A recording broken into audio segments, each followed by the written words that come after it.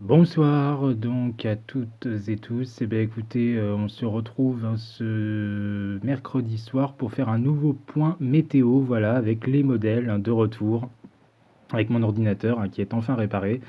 Donc voilà, je vous remontre le modèle CEP avec un petit peu l'évolution qui est prévue pour cette fin de semaine. Alors déjà, est-ce que cet épisode de chaleur que nous connaissons, ce pic de chaleur, on peut le dire depuis la journée d'hier, va durer ou pas? Bah, la réponse est plutôt non, effectivement, il va être balayé, au fur et à mesure par, des orages qui vont concerner quelques régions, quand même pour ce week-end et qu'il faudra surveiller. Alors déjà ce jeudi, on voit globalement qu'on est dans une situation de marée barométrique, c'est-à-dire que les différentiels de pression, il y en a peu, entre le nord et le sud, en réalité, et d'ouest en est, il y a peu de différentiels de pression. On voit l'anticyclone qui est présent sur l'Atlantique, avec des teintes beaucoup plus rouges, donc des pressions beaucoup plus hautes en direction de la façade atlantique. Donc cet anticyclone qui influence plus ou moins la France, mais on voit quand même qu'il n'y a pas de grande différence de pression, donc on est un peu dans une sorte de marée barométrique.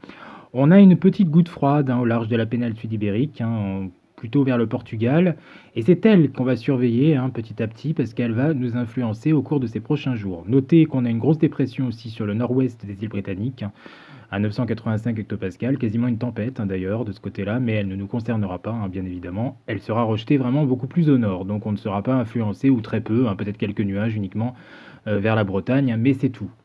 Donc voilà, alors évidemment, les températures, vous en êtes certainement rendu compte, se sont envolées. On a eu des températures quand même beaucoup plus élevées là depuis hier, sans que ça soit exceptionnel. On est fin juin, donc on n'a pas non plus de température exceptionnelle pour la période, mais enfin, on est quand même repassé nettement au-dessus des moyennes de saison, d'à peu près 4 à 6 degrés au-dessus finalement des températures habituelles pour la saison. Et c'est surtout les nuits qui deviennent assez difficiles dans les grandes villes à supporter, puisque le thermomètre parfois a du mal à s'abaisser en dessous de 20 degrés. Donc évidemment, pour les personnes les plus vulnérables, cette chaleur est une mauvaise chose, et heureusement qu'elle va vite se stopper, finalement, qu'elle ne va pas persister bien longtemps, parce qu'on voit effectivement l'influence de la goutte froide qui sera plus nette petit à petit sur l'Espagne. Si on avance dans les heures, on voit qu'on va être petit à petit influencé.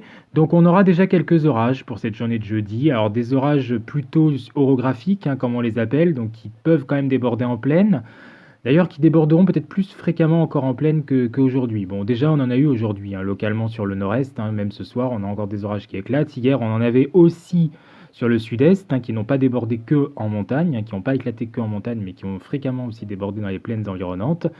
Donc demain, ça sera un peu la même chose, finalement. Ça sera un peu quelques orages disséminés, possibles sur les régions du centre, du nord-est en particulier. C'est là qu'on attend un risque éventuel d'orage. Voilà, ça ne veut pas dire qu'il y en aura spécialement, mais la menace existera.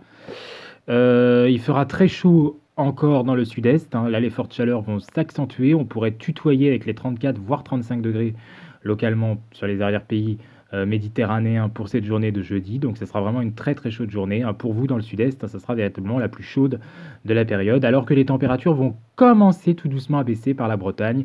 Et c'est justement ce conflit entre l'air plus frais venu des côtes de la Manche et l'air très chaud qui continuera à remonter d'Afrique du Nord et de Méditerranée qui nous vaudra ces quelques orages disséminés sur les régions du sud-ouest, du centre et du nord-est en soirée. Ça gagnera aussi le nord-est et pourquoi pas même la région parisienne. En tout cas, l'est et le sud de l'Île-de-France semblent notamment les secteurs peut-être les plus concernés. Voilà, donc plus vous irez près de la Manche, bien sûr, moins le risque sera présent, et en Méditerranée non plus, il n'y aura pas de risque. Alors ensuite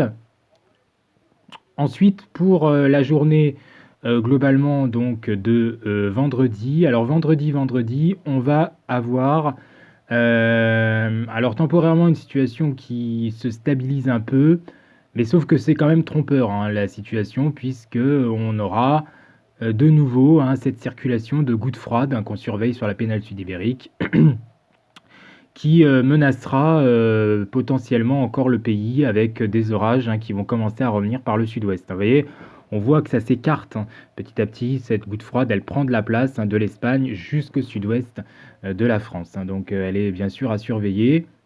Et puis pour ce week-end, alors là on sera vraiment influencé finalement par la goutte froide qui sera bien présente, hein. Donc ça veut dire qu'il y aura vraiment peu de différence de pression sur la France. La dépression thermique sera sur nous, avec des orages qui seront possibles, et notamment samedi, hein. C'est sans doute samedi que la situation sera la plus à risque, avec des orages qui risquent d'être localement forts, hein. On surveille la situation de près, forts voire violents, pourrait donner de très fortes pluies, de la grêle, ces orages, hein, voire de très fortes rafales de vent, donc on y reviendra. Donc voilà, voilà, voilà. Et on voit que, vous voyez, que petit à petit, bah, c'est plutôt le centre, hein, qui est concerné, hein. La région centrale, hein, le sud-ouest aussi.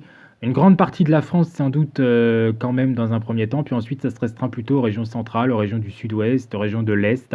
Alors que plus vous irez près de la Manche, moins vous serez sans doute concerné par ce risque orageux, hein. Vous serez plus dans l'air stable et sec, hein, donc il n'y aura pas, a priori, autant d'orages près de la Manche qu'ailleurs, hein.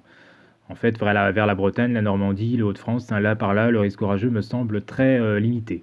Voilà. Mais plus vous irez vers l'est, le sud de la France, plus vous serez concerné par cette menace, y compris vers les régions centrales. Donc à surveiller bien évidemment. On voit que ensuite cette espèce de talweg se niche sur le nord-est, hein, vers la Belgique à 1005 hectopascales, influence encore très largement le nord-est en particulier du pays, hein. Donc ça va pas s'arrêter comme ça. Et surtout, on voit qu'on a l'anticyclone atlantique qui est en train d'être sur l'Atlantique, mais la dépression qui était également sur le nord-ouest des îles britanniques se décale un peu vers la Scandinavie. Et donc on voit, si vous avez une bonne vue, c'est très vérifiable, que petit à petit, c'est un vent de nord-ouest qui va revenir sur la France, avec de l'air plus frais.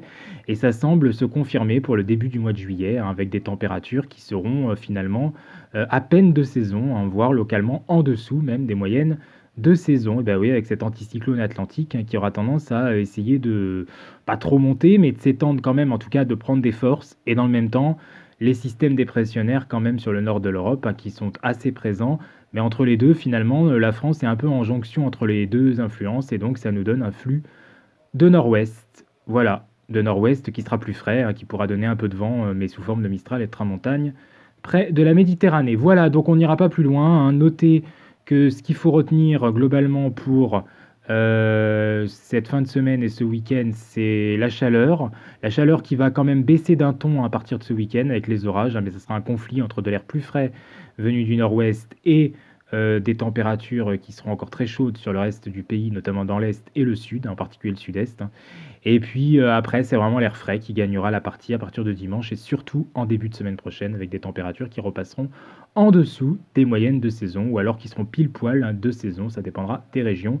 Mais ce sera une aubaine, hein, on pourra enfin respirer mieux, aérer les appartements, hein, puisque les nuits seront aussi beaucoup plus fraîches, hein, forcément, bien sûr, avec de tels niveaux de température. Voilà, donc je vais pas aller beaucoup plus loin, hein, après c'est pas fiable. Retenez donc cette tendance, hein, à l'orage plutôt pour, on l'a compris, la fin de cette semaine et surtout ce week-end, hein, notamment samedi.